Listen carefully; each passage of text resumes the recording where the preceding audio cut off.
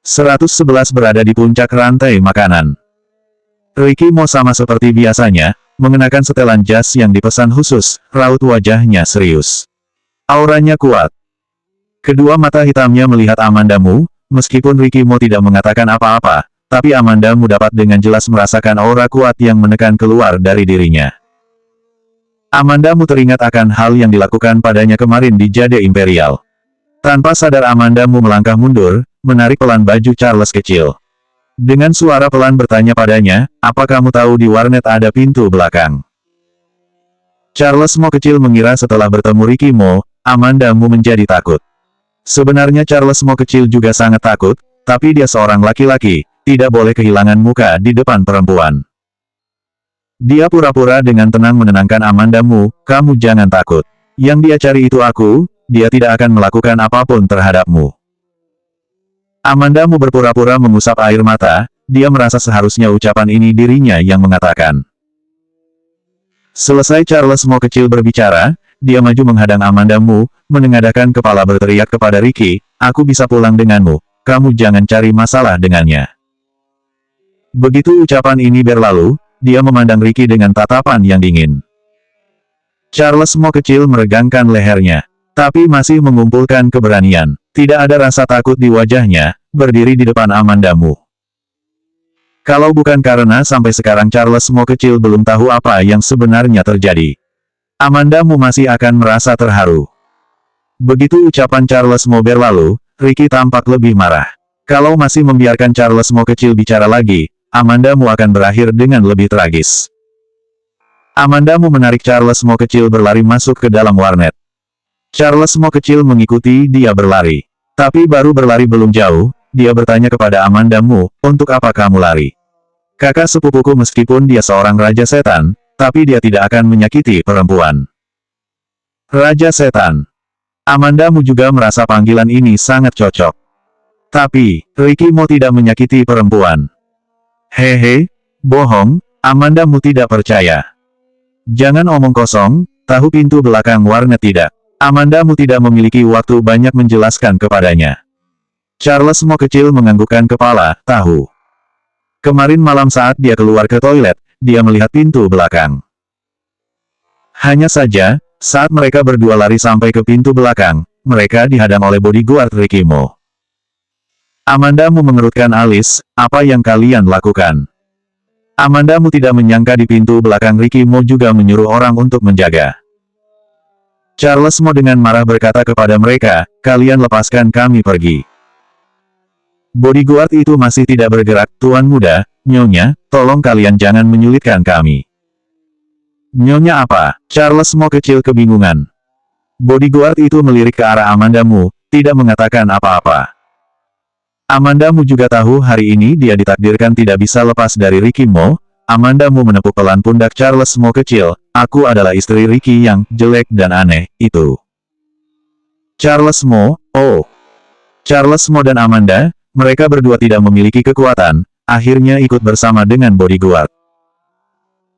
Amanda melihat kembali mobil Bentley yang dipesan khusus itu, kedua tangan Ricky Mo dimasukkan ke dalam saku celana, wajahnya yang tanpa ekspresi melihat Amanda, suaranya sama sekali tidak lembut, tidak lari lagi. Sebenarnya dari lubuk hati, Amanda Mu tidak ingin menurut, tapi meskipun sudah kalah tetap masih harus berusaha. Amanda Mu mengangkat dagu, dengan tanpa rasa takut melihat dia, belum makan, tidak kuat lari. Charles Mo masih terbenam dalam pikiran dengan apa yang baru dikatakan Amanda Mu bahwa dirinya adalah istri Ricky yang jelek dan aneh, masih belum merespon. Ricky tidak banyak berbicara, langsung membuka pintu mobil, mendorong Amanda Mu masuk ke dalam mobil. Dalam sekejap, dia membalikan kepala melihat Charles Mo yang masih dalam kebingungan, nanti aku akan cari kamu lagi untuk buat perhitungan. Charles Mo gemetar, dengan cepat masuk ke dalam mobil.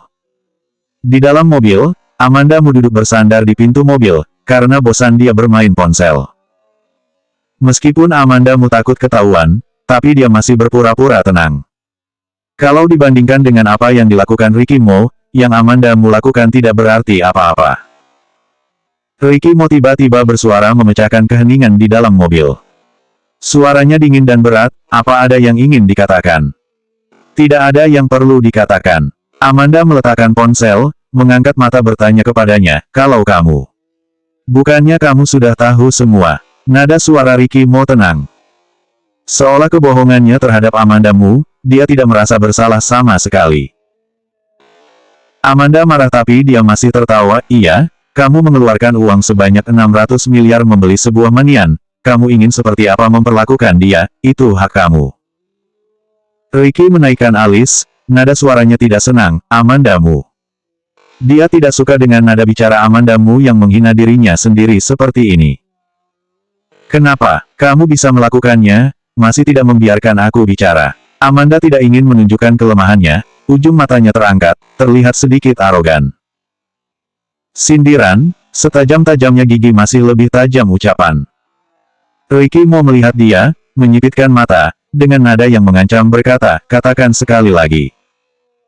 Aku bilang kamu bisa melakukan, Ucapan Amanda Mu belum selesai, bibirnya ditutup oleh Ricky Mo.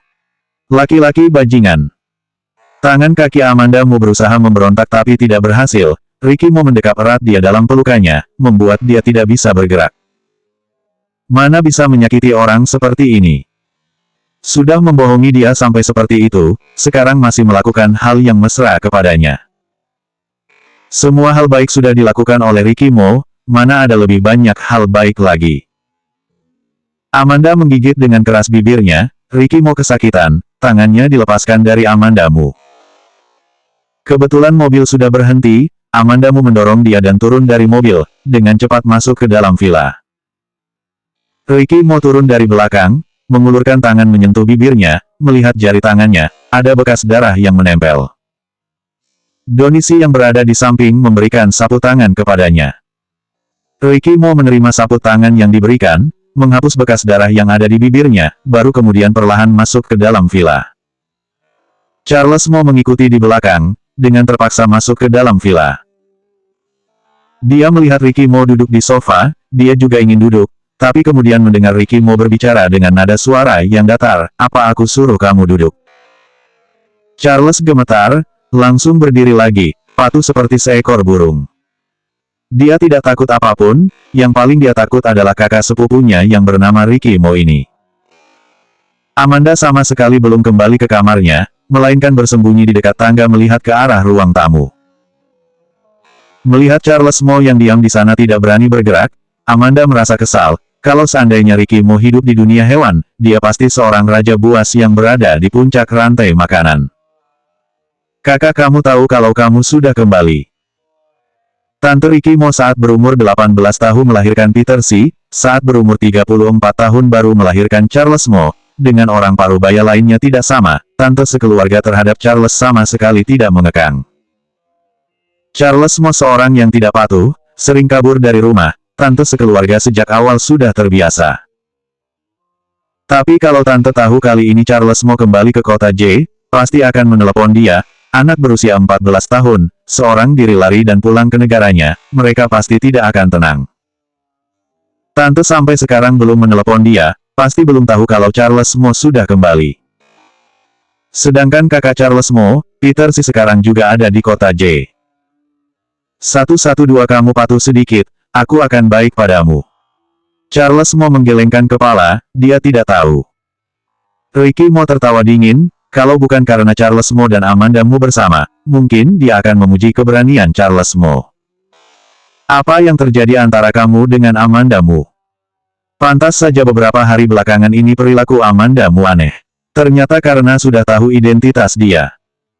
Meskipun dia pernah memikirkan hal ini, tapi dia tidak menyangka kalau Amanda Mu bisa bertemu dengan Charles Mo.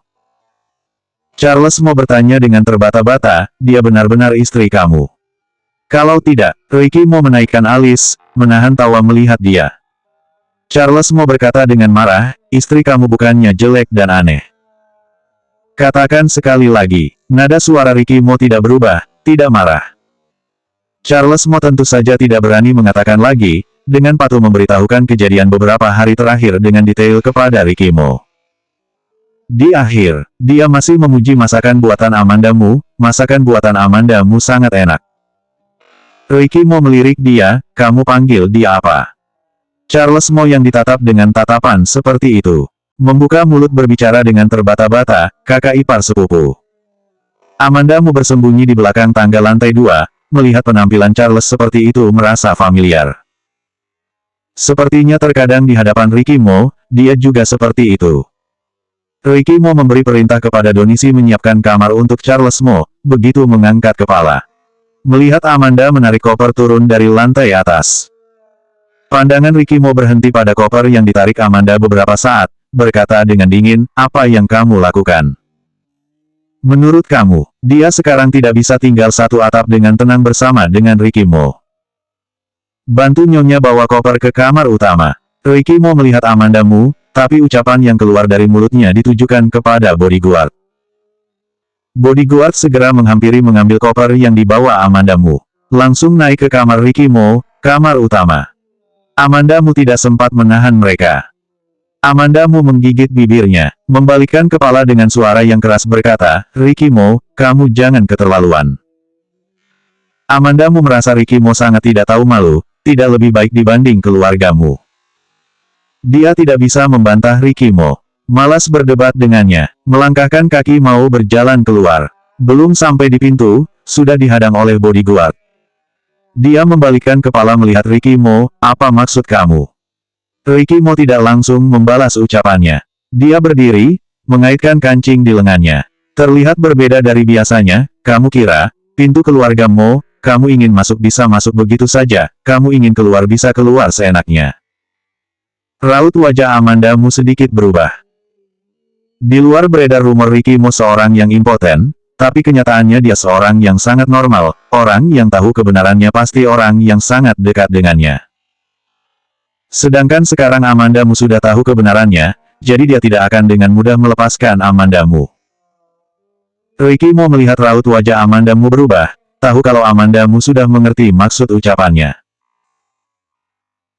Dia pelan-pelan berjalan sampai di depan Amanda Mu, menyeringai, tapi senyumannya itu dingin, orang yang memiliki hubungan dengan aku, Ricky Mo, tidak akan mungkin bisa dengan mudah lepas begitu saja, terlebih lagi kamu masih istriku, jangan punya banyak pemikiran, juga jangan melakukan hal yang tidak berguna, anggap saja kamu mati, juga harus dikuburkan di sampingku.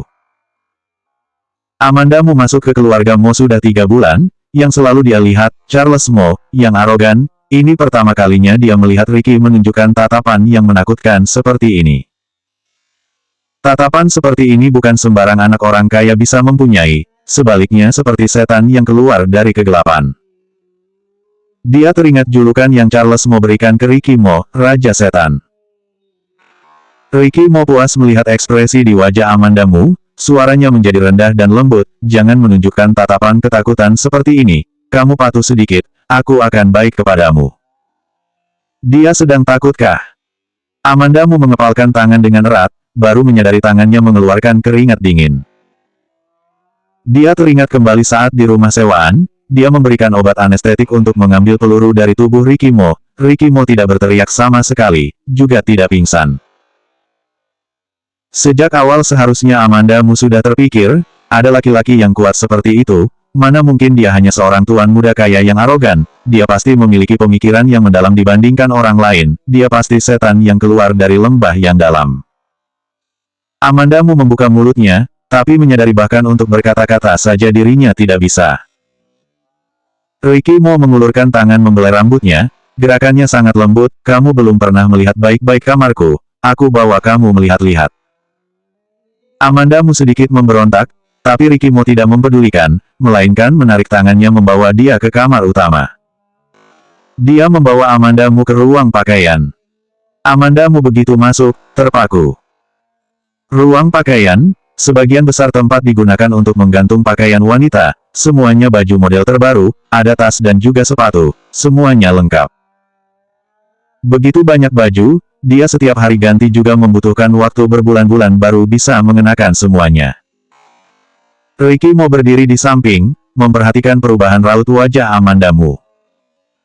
James Gu pernah mengatakan, tidak ada wanita yang tidak menyukai ini semua. Melihat Amanda Mu terkejut seperti itu, Ricky Mo berkata, ini semua aku minta orang siapkan sesuai dengan ukuranmu. Amanda Mu membalikkan badan melihat dia, Mata yang cantik terlihat dingin, kelihatannya Tuan Mo sangat pintar dalam teknik setelah membohongi aku sekarang memberi ganti dengan memberikan ini semua. Orang seperti Ricky Mo itu, dalam kamusnya tidak ada istilah mengakui kesalahan atau minta maaf, yang dia mau adalah pegang kendali, memegang inisiatif di tangannya. Identitas aslinya seharusnya Amanda Mu tahu terlebih dahulu, inisiatif di tangannya belum digunakan dengan baik, sudah dihancurkan dulu oleh Ricky Mo, menemukan dia dan Charles. Ricky Mo tertawa, kamu bisa menganggap ini sebagai kesenangan antara suami istri, lebih cocok sedikit. Kesenangan apanya? Amanda Mu memalingkan kepala berjalan keluar, tidak ingin berbicara dengannya. Kalau dia melihat Ricky Mo lebih lama lagi, dia akan tidak tahan ingin merobek wajahnya, tapi dia juga tidak berani, cara yang paling baik adalah dengan tidak melihat dia. Setelah keluar, dia kembali ke kamar yang dia tempati sebelumnya, dia melihat kasur di kamar itu sudah tidak ada. Dia membalikkan badan berlari sampai ke lorong, melihat dari besi tangga, melihat bodyguard sedang menggotong kasur keluar dari ruang tamu. Otak Ricky Mo pasti bermasalah. Demi membuat dia tidur di kamar utama, ternyata membawa keluar kasurnya. Charles Mo tidak tahu muncul dari mana, dia berjalan ke samping Amanda Mu, menirukan posisi Amanda yang memegang besi tangga, mengikuti arah pandangannya, kakak sepupu baik sekali terhadap kamu. Amanda Mu, hehe. Raut wajah Charles Mo sangat serius, seandainya itu aku, kakak sepupu tidak akan mengangkat kasur itu untuk dibuang, dia akan langsung membuang aku. Amanda Mu sama sekali tidak merasa ditenangkan, dengan wajah yang dingin melihat dia, kamu adik sepupu kandung dia kah? Iya. Ibuku dan ayahnya saudara kandung. Charles Mo mengangkat tangannya, menunjukkan dirinya sangat tidak berdaya. 113 tidur juga sudah, kamu sembunyi juga tidak ada gunanya. Selesai Charles Mo berbicara, dia mengelus perutnya sendiri, kakak ipar sepupu kapan kamu akan masak? Kapanpun tidak akan masak. Selesai Amanda Mu berbicara dia membalikkan badan kembali ke kamar. Dia sudah dibuat Ricky Mo ketakutan sampai kenyang, masih mau makan apa lagi? Kemarin malam makan di warnet bersama dengan Charles Mo. Dia sekarang sama sekali tidak lapar, hanya sangat mengantuk. Ricky Mo tidak membiarkan dia pergi, masih membawa keluar kasurnya. Kamar lainnya juga tidak ditempati, dia sekarang hanya bisa tidur di kamar utama. Dia tidak percaya Ricky Mo bisa memakan dia. Saat dia kembali ke kamar, Ricky Mo sudah tidak ada di sana. Amanda Mu melepas jaket langsung naik ke kasur. Dia tidur agak lama, saat dia bangun kembali sudah tengah malam. Perutnya kosong, dia sangat lapar sekali. Dia turun ke bawah melihat, tidak ada orang di ruang tamu. Amanda Mu pergi sendiri ke dapur mencari makanan. Dia merebus mie, berjalan sampai ke ruang makan bersiap untuk makan, mendengar Charles Mo yang berteriak, Amanda Mu. Aku tidak mau ke sekolah. Amanda Mu menyantap beberapa sendok mie, mengambil tisu mengusap, beranjak pergi ke ruang tamu. Di ruang tamu, Charles Mo memeluk kaki Ricky Mo duduk di lantai menangis. Tapi di wajahnya sama sekali tidak ada air mata. Setelah melihat Amanda Mu muncul, dia langsung berlari memeluk Amanda Mu dan menangis, aku tidak mau pergi ke sekolah. Ricky Mo dengan wajah yang dingin berjalan menghampiri. Mengulurkan tangan menghempaskan tangan Charles Mo ke samping. Berkata dengan dingin, kamu cari dia juga tidak ada gunanya, tante sudah menyerahkan kamu kepadaku. Tentu saja aku akan mendisiplinkan kamu. Mendisiplinkan, kata ini diucapkan dengan penekanan. Charles Mo mendengar kata ini, kulit kepalanya mengencang.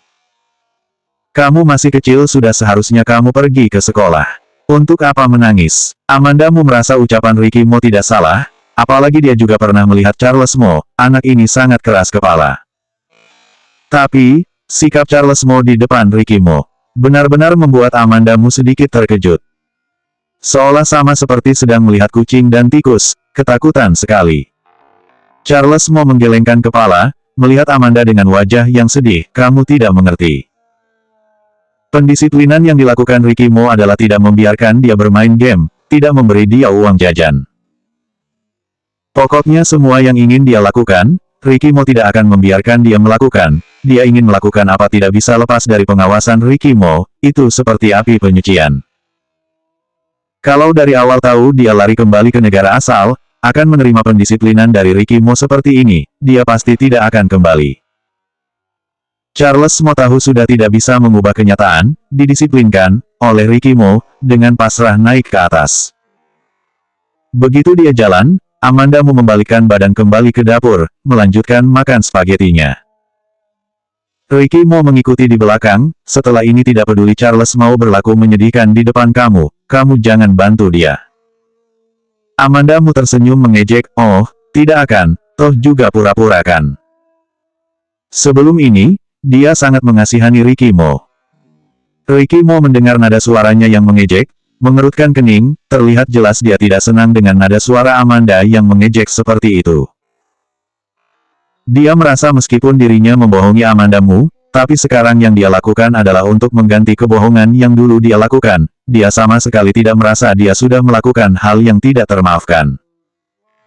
Amanda Mu mengambil garpu memakan spagetinya, makan dengan pelan, tidak menghiraukan Ricky Mo lagi.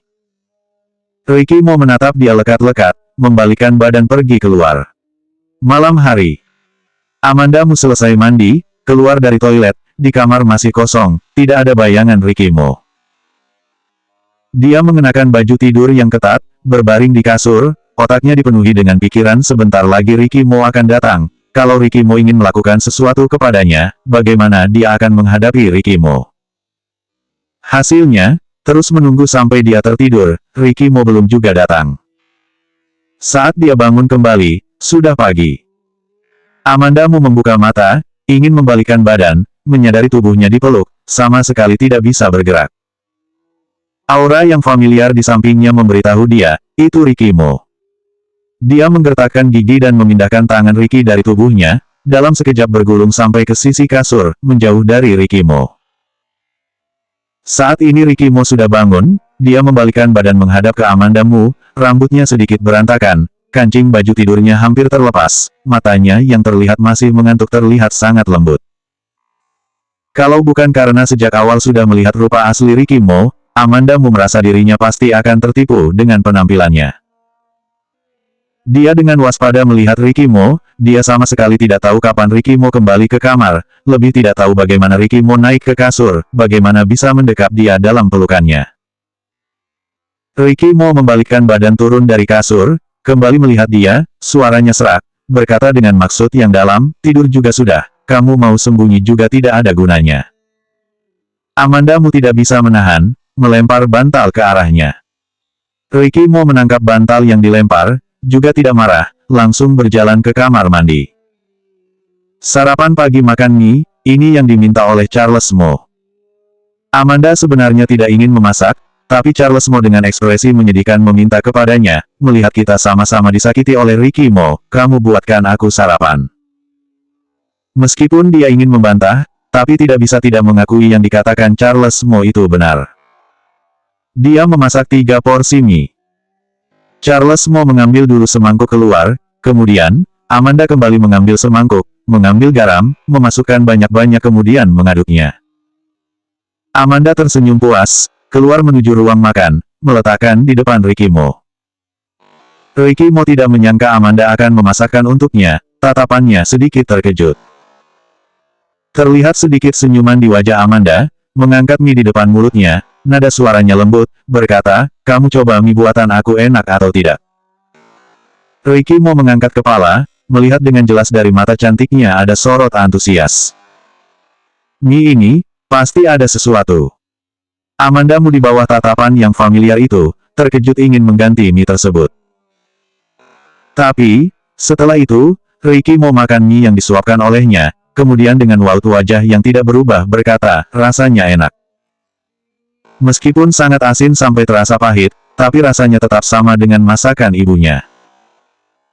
Raut wajah yang dibayangkan Amanda Mu sebelumnya tidak terlihat di wajah Ricky Mo, dia mengambil sumpit yang Amanda Mu berikan, menundukkan kepala mulai makan mie. Mata Amanda Mu terbelalak melihat mie itu sudah dihabiskan, sama sekali tidak seperti Ricky yang kemarin membuat dia ketakutan.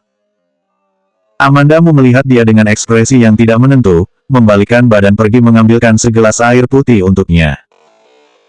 Ricky Mo menerima gelas itu, tiba-tiba tertawa, menunjukkan sorot mata yang tidak mudah ditebak.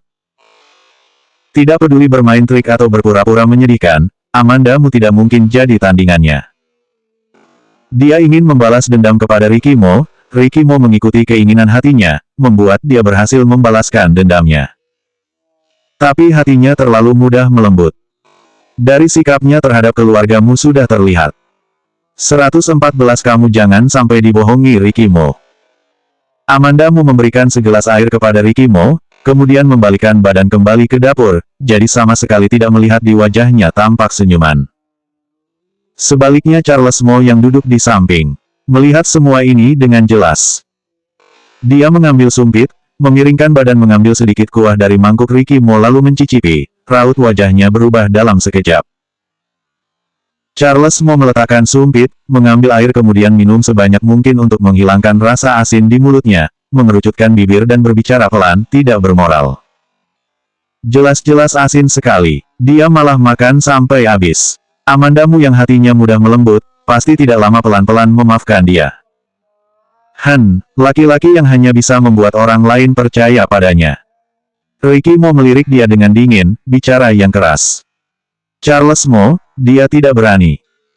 Dia meregangkan lehernya, bangkit berdiri dan pergi ke dapur. Amanda sedang bersandar di meja dapur minum yogurt. Sisa mie miliknya sudah tidak bisa dia makan, kebetulan dia juga tidak nafsu makan, hanya minum 1 botol yogurt. Melihat Charles Mo masuk, Amandamu mengambil sebotol yogurt dari kulkas memberikan kepadanya. Charles Mo berdiri di sampingnya, meneguk yogurt, berkata kepadanya, Amanda, kamu jangan sampai dibohongi oleh Ricky Mo. Dia sangat tidak bermoral. Amanda menjawab dalam keadaan melamun. Memiringkan kepala melihat Charles Mo, aku lebih tua dari kamu 6 tahun. Meskipun kamu tidak memanggil aku kakak ipar sepupu, seharusnya kamu juga memanggil aku kakak.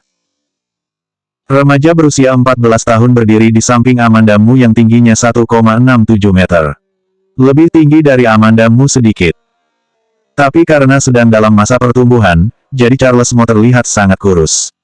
Meskipun lebih tinggi dari Amandamu sedikit, dia tetap seorang anak kecil. Charles Mo mengerucutkan bibir, baiklah kalau begitu panggil kamu kakak. Sama sekali tidak ingin memanggil Amandamu kakak ipar sepupu, begitu teringat kakak sepupunya yang tidak bermoral itu. Dia merasa kasihan. Amandamu merasa aneh, anak kecil ini minum yogurt bisa minum sampai sedih. Mereka bertiga keluar rumah bersama-sama, Donisi menyetir. Amandamu tidak ingin duduk bersama dengan Ricky Mo, kemudian dia menarik Charles Mo naik terlebih dahulu. Charles Mo diam-diam melihat ke arah Ricky Mo, baru setelah itu mengikuti Amandamu naik mobil. Kemudian di dalam mobil muncul pemandangan seperti ini, Charles Mo duduk di tengah, Amandamu dan Ricky Mo duduk di samping kanan-kirinya. Charles Mo terus merasa Ricky Mo yang duduk di sampingnya mengeluarkan aura yang membuatnya takut, dia merasa dirinya mungkin melakukan sesuatu hal yang tidak bijak. Donisi terlebih dahulu mengantar Amandamu ke perusahaanmu, setelah itu selanjutnya seharusnya mengantar Charles Mo ke sekolah.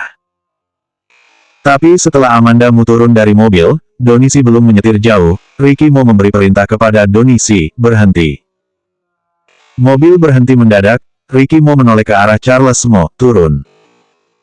Belum sampai sekolah.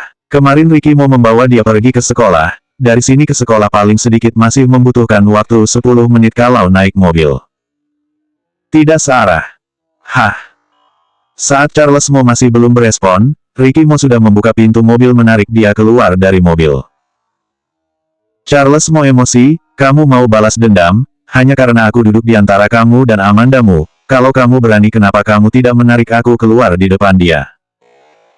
Ricky Mo pura-pura tidak mendengar, langsung menutup pintu mobil, berkata kepada Donisi, ayo jalan. Donisi merasa kasihan, melirik Charles Mo yang berdiri di luar, meskipun dia tahu dengan jelas kalau sekolah Charles Mo dan Sengding searah, tapi dia hanya bisa pura-pura tidak peduli. Charles Mo melihat mobil pergi, emosi sampai menendang pohon yang ada di samping. Karena menendang dengan sangat keras, kakinya kesakitan. Dari sini ke sekolah masih butuh 10 menit kalau naik mobil, sekarang kalaupun dia berlari, juga membutuhkan waktu yang sangat lama. Lagi pula, dia tidak membawa uang. Charles Mo berbicara sendiri, mengusir aku turun dari mobil. Aku cari istri kamu untuk minta uang. Dari sini ke perusahaanmu tidak jauh, dia langsung membalikkan badan pergi ke perusahaanmu. Amandamu sampai kantor, langsung dipanggil Kelvinmu untuk ke kantornya. Setelah mengadakan rapat dengan wartawan, berita mengenai perusahaanmu di internet belum mereda, warganet tidak membeli produk, masyarakat luas juga tidak membeli produk. Sekarang Kelvinmu yang tidak punya jalan lain, sepenuhnya menaruh harapan pada Amandamu. Begitu Amandamu masuk, Kelvinmu langsung bangkit berdiri. Amanda, bagaimana pembicaraanmu dengan Ricky Mo? Mengungkit tentang Ricky Mo, hati Amandamu masih kesal. Tidak berhasil, dia mengatakan dia tidak akan membantu perusahaanmu. Meskipun dia tidak benar-benar berencana memohon kepada Ricky Mo, apalagi setelah tahu bahwa Charles Mo adalah Ricky Mo, anggap saja dia tidak mencoba, tapi bisa ditebak kalau Ricky Mo tidak akan turun tangan membantu perusahaanmu. Begitu Kelvinmu mendengar kalau Ricky Mo tidak akan membantu perusahaanmu, menjadi marah. Kalau begitu bagaimana? Kartu hitam itu aku sudah bantu kamu untuk mengambil kembali, kamu juga sudah menyanggupi aku. Kartu hitam itu memang punya Ricky Mo, anggap saja kamu bantu aku mengambil kembali, tunggu sampai nanti sudah berlalu lama, dia sendiri juga akan tahu kalau aku menghilangkan kartu hitam itu, saat itu, dia sendiri juga akan bisa mendapatkan kembali, bersamaan dengan itu dia juga akan meminta kembali uang yang sudah dikeluarkan. Setelah Kelvinmu dan Siskamu mendapatkan kartu hitam itu, mereka tidak sedikit memakai uang dalam kartu itu, untungnya kartu hitam itu tidak berada lama di tangan mereka. Mereka belum sampai menggunakan untuk keperluan perusahaan, meskipun seperti ini, mereka juga sudah menghabiskan hampir 20 miliar. Uang yang masuk ke kantong mereka, ingin mendapatkan kembali, kemungkinannya sangat kecil. Amandamu merasa, dia hanya bisa menjual saham perusahaanmu yang dia pegang, baru bisa mengembalikan sejumlah uang itu kepada Ricky Mo. Toh saham perusahaanmu yang ada di tangannya, Kelvinmu yang memberikan, dia bisa menjual kembali ke Kelvinmu. Kalau Kelvinmu tidak mau, dia langsung menjual saham itu ke orang lain. Perusahaanmu adalah perusahaan yang sudah lama berdiri, meskipun reputasinya hancur, tapi masih akan ada orang yang membeli saham itu. Ternyata benar, begitu Kelvinmu mendengar ucapan Amandamu ini, raut wajahnya berubah. Ayah, jangan terlalu buru-buru, aku akan membantu kamu mencari cara lain. Ucapan Amandamu ini tidak tulus sama sekali. Kelvinmu juga tidak mempedulikan lagi. Setelah Amandamu keluar, ada rekan kerjanya yang menghampiri. Amandamu, ada orang yang mencari kamu. Dia pergi melihat, ternyata Charles Mo. Kenapa kamu di sini, bukannya kamu ke sekolah? Amanda melihat jam, sekarang sudah jam 9 lebih. Charles Mo mengenakan tas ransel berdiri bersandar di tembok, menghela nafas berkata, kamu tidak tahu, setelah kamu turun kakak sepupu mengusir aku turun dari mobil, dari sini ke sekolah jauh sekali, aku juga tidak punya uang naik taksi, cuma bisa cari kamu. Kenapa dia mengusir kamu turun dari mobil? Selesai Amandamu berbicara, kemudian mengeluarkan uang 200.000 dari dalam tasnya memberikan kepada dia, lain kali kalau tidak punya uang minta sama aku dan kakak sepupu kamu, jangan terus menipu orang di luar. Bisa menipu orang meskipun juga termasuk satu kemampuan, tapi Charles Mo masih terlalu kecil, pemikiran seperti ini tidak benar, kalau tidak dibenarkan nanti tidak mudah dirubah. Terima kasih kakak Amanda. Charles Mo menerima uang, tersenyum manis dan berterima kasih kepada Amandamu. Amandamu juga ikut tersenyum, karakter anak ini masih baik. Bab 115 dia bukan orang baik. Sudah, cepat pergi ke sekolah, hari ini hari pertama masuk sekolah, kalau terlambat juga tidak baik. Selesai Amandamu berbicara, teringat lagi sesuatu kemudian mengingatkan dia, jangan buat masalah. Kapan aku cari masalah? Raut wajah Charles Mo tidak senang. Masalah yang dia buat sedikit. Tapi Amandamu tidak banyak bicara dengannya, hanya meminta dia untuk cepat pergi. Charles Mo memasukkan uang ke dalam tasnya, bersamaan dengan itu raut wajahnya menjadi serius. Dengan ragu-ragu membuka mulut berkata, ada yang ingin aku katakan kepadamu. Apa? Amanda jarang melihat Charles Mo serius seperti ini, dia mulai penasaran. Kalau misalnya bisa, lebih baik kamu bercerai saja dengan kakak sepupu. Dia bukan orang baik. Selesai Charles Mo berbicara, dia menambahkan kembali, aku berkata jujur, bukan supaya meminta kamu jadi pacarku. Kalau Charles Mo tidak mengatakan kalimat terakhir, Amanda Mu hampir saja percaya. Dia menyipitkan mata melihat Charles Mo, anak kecil jangan sembarang bicara, kalau kamu masih tidak pergi aku akan menelepon kakak sepupumu. Baiklah, aku pergi dulu. Dia baru berjalan beberapa langkah kemudian membalikkan kepala berkata kepadanya, apa yang aku katakan itu sungguh-sungguh. Amanda menunjukkan gaya mau menelepon. Charles Mo dalam sekejap sudah tidak terlihat lagi bayangannya. Temperamen Charles Mo temperamen anak kecil, banyak hal dia tidak mengerti, tapi ada satu hal yang dia mengatakan dengan benar. Ricky Mo memang bukan orang baik. Saat Amanda Mu kembali, dia bertemu lagi dengan Siska Mu. Setiap kali Siska Mu bertemu Amanda Mu, raut wajahnya tidak pernah baik. Tapi, saat dia melihat baju yang dikenakan Amanda Mu, sorot matanya terlihat terkejut. Beberapa waktu terakhir ini, Amanda Mu bekerja di perusahaanmu. Pakaian yang dikenakan sederhana, sama sekali tidak menunjukkan kalau dirinya seorang nyonya besar. Sedangkan pakaian yang dikenakan dia hari ini, meskipun terlihat biasa, tapi baju itu baju bermerek, potongan dan modelnya sangat berkelas. Siapa yang membelikan dia pakaian? Charles Mo.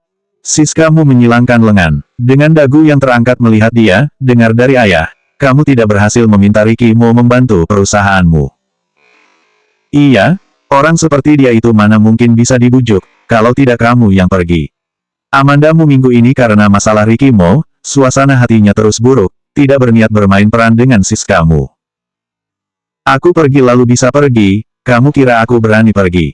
Siska Mu berdehem dingin, dengan arogan berjalan pergi. Amanda Mu merasa yang dikatakan Lucy Sen sedikit pun tidak salah, Princess Syndrome, Siska Mu sudah sampai tingkat akut, sulit untuk diubah. Awalnya Siska Mu ingin menarget Charles Mo, setelah gagal, sekarang mau menggayat Ricky Mo, meskipun Amanda Mu tahu dua orang ini adalah orang yang sama, tapi bagi Siska Mu mereka adalah dua orang yang berbeda. Dia benar-benar mengira semua laki-laki di dunia ini akan memperebutkan dia. Kepercayaan dirinya membuat dia mengira semua laki-laki akan takluk padanya. Tidak bisa ditolong. Amanda Mu tersenyum sinis, ingin menarget Ricky Mo. Takutnya Siska Mu ingin bertemu dia juga tidak bisa bertemu. Sending Media Entertainment. Ricky Mo tiba di kantor, baru masuk ke ruangannya, James Gu mengikuti dari belakang. Dengar-dengar Sabtu malam, kamu menyuruh Donisi mengantar baju ke Jade Imperial. James Gu tertawa terkekeh, seakan dia tahu semua yang terjadi. Masih baik kalau dia tidak mengungkit kejadian Sabtu malam, begitu diungkit, raut wajah Ricky Mo menjadi marah. Tidak ada kerjaan, Ricky Mo mengangkat kepala. James Gu memiliki firasat buruk, lumayan. Setelah akhir-akhir ini Ricky Mo ke perusahaan untuk menyelesaikan urusan, posisinya sebagai CEO menjadi tidak terlalu sibuk lagi. Ricky Mo tidak ingin mempedulikan dia lagi, membuka komputer, muncul satu berita. Judul berita itu menarik, bos dunia hiburan tengah malam membawa dua perempuan bermalam di klub elit. Ricky Mo menggerakkan mouse, mengklik tautan berita itu untuk membaca. Setelah dia membaca dengan teliti, menyeringai dan berkata, tidak lama lagi kamu akan kena masalah. Apa itu? James Gu dengan ekspresi penuh tanya berjalan menghampiri, melihat judul yang besar itu, di bawahnya ada gambar, foto dia membawa dua orang perempuan ke Jade Imperial.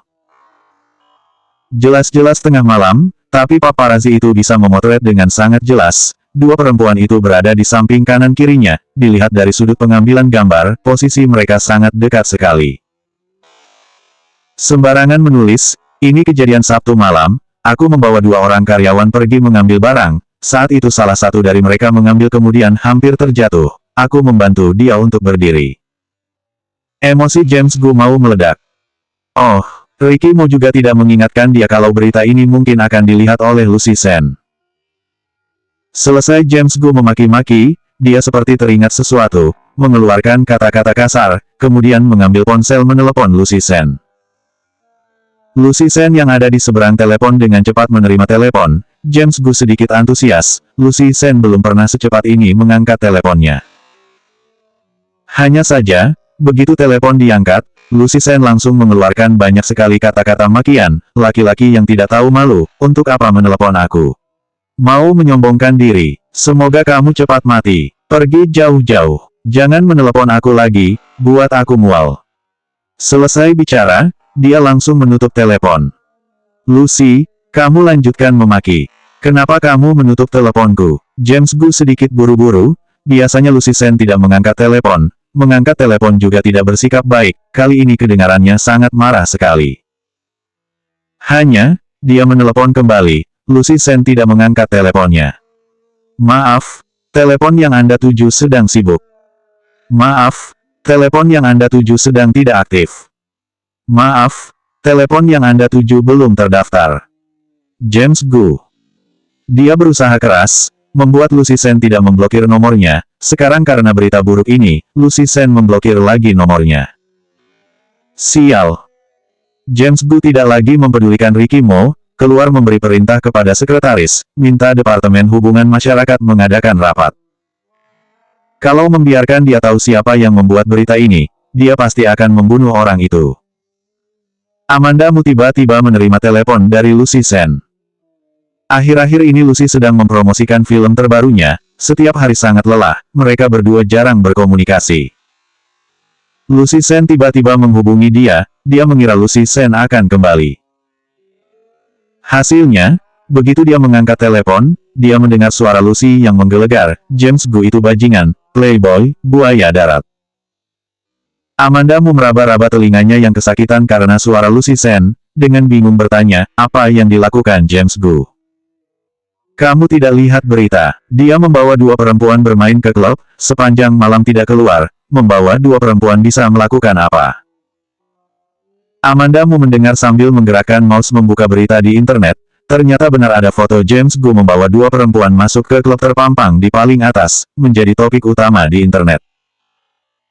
Amanda Mu juga mengenali, foto ini diambil di depan pintu Jade Imperial, posisi James Gu dan dua perempuan di foto itu terlihat sangat mesra. Selanjutnya 116 istriku juga bermarga Mu.